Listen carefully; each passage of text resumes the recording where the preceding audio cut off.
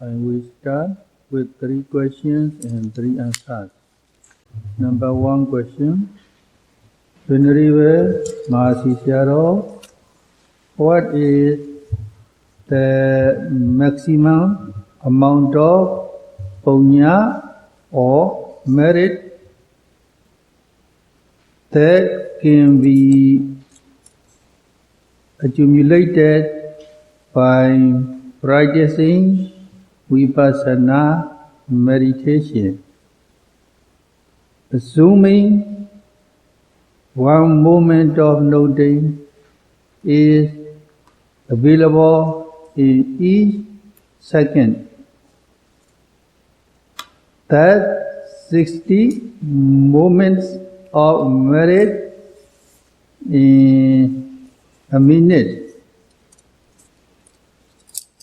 3,600 in an hour, in 72,000 a day.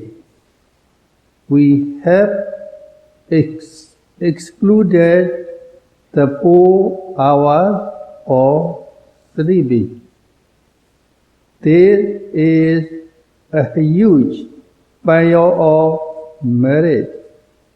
There is from the book named The Discourse on Sakapanya Sutta by Venerable Mahasi Sayadaw. Yogis are practicing here for many years, for many hours. So, if you can have one noting in 1 second, when you, how many notings do you have in 1 minute? 1 noting in 1 second. When you note for 1 hour, how many notings can you have? In 2 hours, in 3 hours, in 10 hours, you practice here for many hours. That is why you have already got many notings. Now you have a huge pile of merit because you practice mindfulness of bodily behavior, you practice mindfulness of thought, you practice mindfulness of feeling, you practice mindfulness of mental phenomena. The Buddha said, if you say a huge pile of merit, you can say the 4 foundations of mindfulness. If you say the 4 foundations of mindfulness as a huge pile of merit, you are saying correctly. Number 2 question. Venerable Mahasi Sayadaw, how much time should we spend noting at the dining table? If or when you have your meal alone, and can note precisely and accurately, you may have 50 or 60 moments of noting within a single muscle. Thus, it will take you about an hour so to finish your meal. But when you are eating in a group, it is impossible for you to know in that manner. You should determine to know as much as possible. This is from the book named The Discourse on Maluja Buddha Sutta by Venerable Mahasi Sayadaw. You can ask yourself, how many notes can you have in each time for one muscle?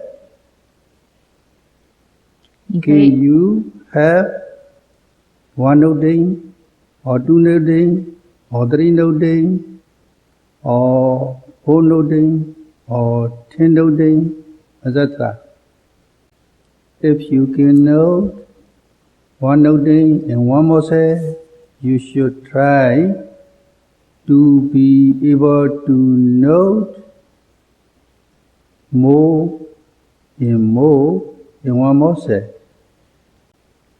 Mahasi Sayadaw said, if you have your me alone, you can have 50 or 60 notes in one muscle.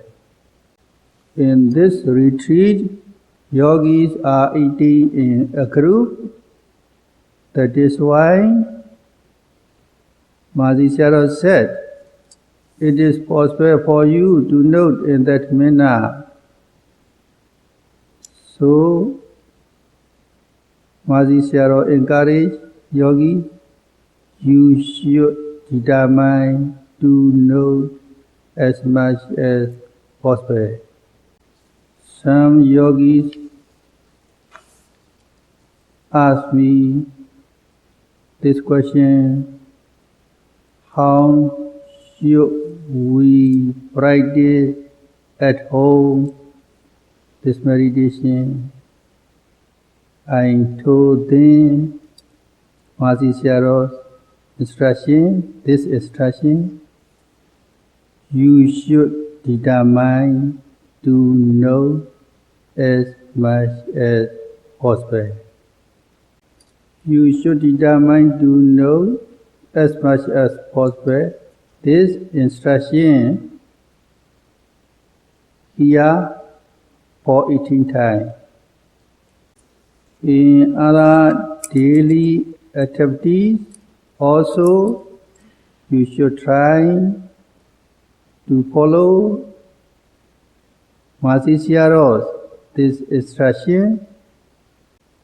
That is why you should determine I will note as much as I can. The more you are practiced, you will be able to know more and more. Number 3 question. Venerable Mahasi Sayadaw, what is a yogi expected to be aware of when he or she is walking, noting right foot, left foot, or lifting, pushing, and dropping? The sensation in the foot or body of a yogi is what he or she is to be aware of. In technical terms, Vayodhatu, the air element, characterized by stiffness, pressure, motion, or vibration. Tejo Dhatu, the fire element, characterized by temperature, cold, warm, or hot. Prithvi Dhatu, the earth element, characterized by hardness, softness, or smoothness. But Vayo Dhatu, the air element, is the most prominent and is to be observed most of the time. This is from the book named The Discourse on Maluja Buddha Sutta by Venerable Mahasi Sayadaw. In walking time or sitting time or other times, if you know stiffness, what kind of element do you know at that time? Which element? Stiffness is which element? Mahasi Sayadaw said, Vayo Dhatu, the air element, characterized by stiffness. According to Mahasi Sayadaw saying, what element for stiffness? If you know pressure, sometimes you may know pressure. At that time, what kind of element do you know? What element? The same, air element. Motion, when you know motion, what kind of element do you know? For air element, stiffness, pressure, motion, or vibration. These are characteristics of the air element. You may know stiffness many times. At that time, you know air element. You may know pressure or many times. You are knowing at that time air element. You may know motion many times. You are knowing air element that time. You may know vibration many times. You are knowing air element for many times. When you know rising, falling, sitting, touching, etc., you may know cold for many times. At that time, what kind of element are you knowing? Fire element, Pali word, Tejo Dhatu.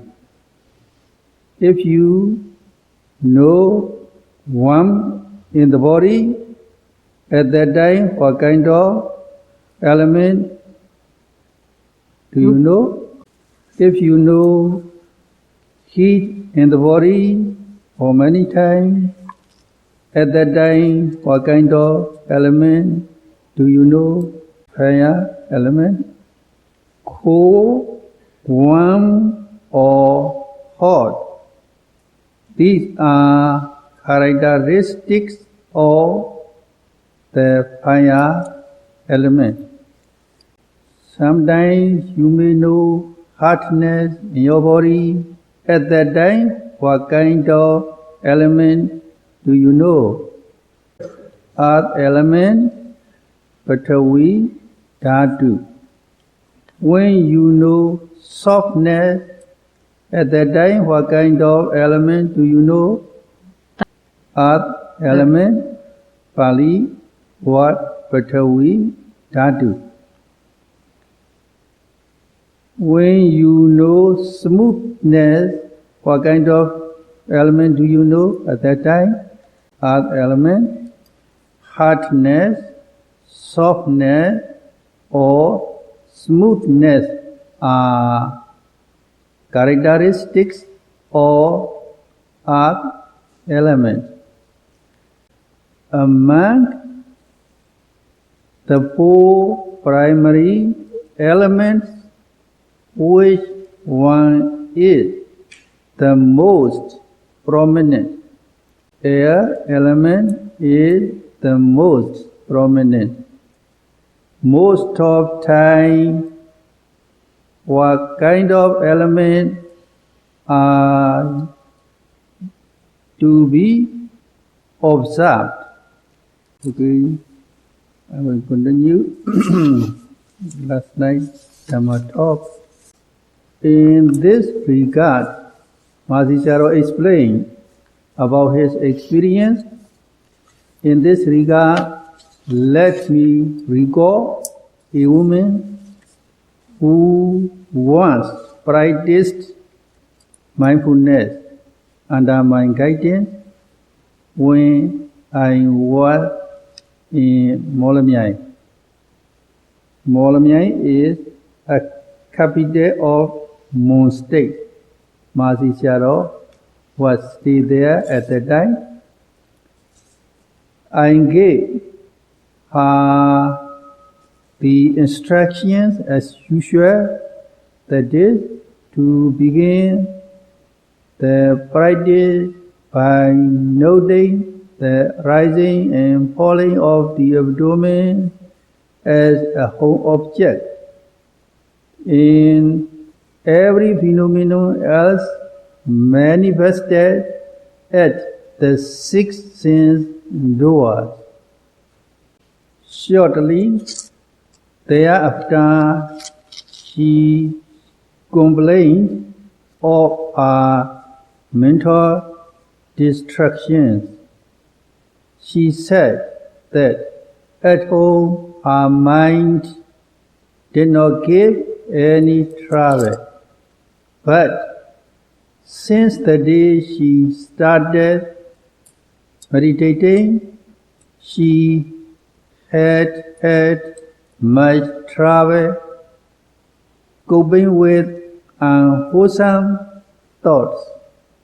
Of course, it was simply naive of her to think that her mind was always pure at home. Then Mahasicharo encouraged her. How Mahasicharo did encourage her? Mahasicharo's encouragement is very interesting. Where mind body, it is actually an indication that you now start to be aware of your mind. You never observe the mind at home, so you are not aware of your thoughts, good or bad. And therefore, you think your mind is pure. Now, you develop mindfulness and start to be aware of your mental states. You may think of something unwholesome at one moment, but you become aware of it at the next. Without mindfulness, whether the mind gets pure or impure, can be known like a kitchen cloth that gets stained so much that any more stain can be seen on it. Can the mind be known whether the mind gets pure or impure without mindfulness? If you are asked this question, for this question, Mahasi Sayadaw gave the answer. Mahasi Sayadaw gave the answer. Without mindfulness, whether the mind gets pure or impure can be known like a kitchen cloth that gets stained so much that any more stain can't be seen on it. Ordinary people don't care whether their thoughts are pure or impure. Therefore, their minds often get stained with sensual desire, aversion, and frustration, so on. But they think their minds are pure because they are rarely mindful of their thoughts.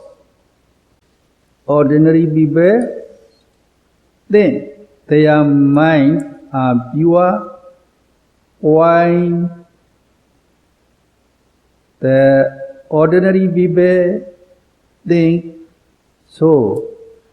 think their minds are pure because they are rarely mindful of their thoughts. Now, with development of mindfulness, they become aware of mental impurity distinctively, like a stain that manifests itself distinctively on a lily white handkerchief. In the same way, unwholesome thoughts become known instantly through the mindfulness. Gold always looks beautiful, but its quality can only be judged against the touchstone.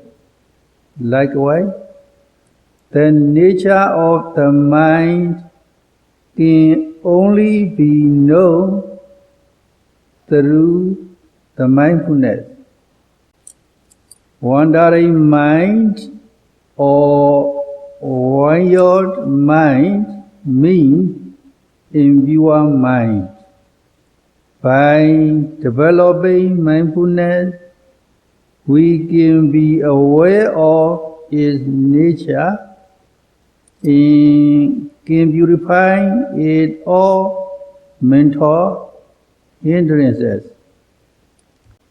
By which way can we be aware of the nature of mind and purify the mind of mental hindrances? Mahasi Sayadaw gave the answer already. By developing mindfulness, we can be aware of its nature and can purify it of mental 106. A meditator can testify it from experience. So, every moment of mindfulness means moments for the mind to be purified of defilements. When we are able to be mindful continuously, say for 5 minutes, 10 minutes, or 20 minutes, by noting one object after another continuously, like counting one rosary bead after another, you will find your mind purified of such mental hindrances as sensual desire, aversion, laziness, wandering mind, and doubt. Hence, this is mental purification, Citta Visuddhi. Some scholars overlook this way of mental purification and believe that only jhanic concentration can mean mental purification. But this jhana-induced mental purification is all about the uninterrupted concentration, focused on a certain meditative object, which is therefore called Pabbanda Samadhi. And the other kind of mental purification is about momentary concentration that comes along with vipassana insight, vipassana kanika samadhi, developed through the moment by moment mindfulness. In essence, however, both jhanic concentration and vipassana concentration purify the mind by keeping mental hindrances away. Through such mental purification, you can become aware of mental and physical phenomena distinctively. Now I have no time to explain the mental and physical phenomena mentioned in the verses, so I will explain how you will discern them by noting the rising and falling of the abdomen. Whether some people like or dislike it, I will begin with the rising and falling of the abdomen. Many people dislike it at first, but when they tried it on the device of their friends, they found this method quite satisfying, so much so that they even blamed those whose criticism had misled them before.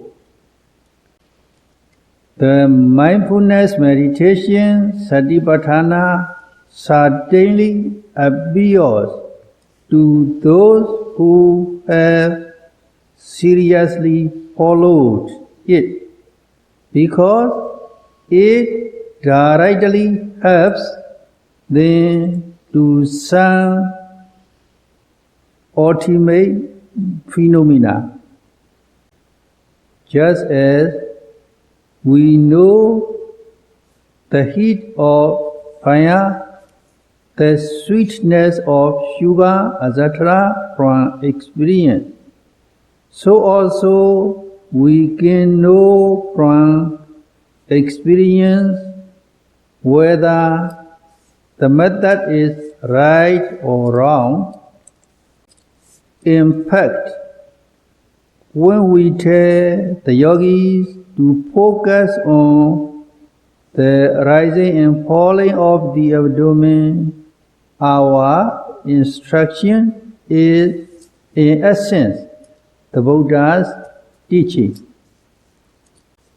The rising and falling of the abdomen signifying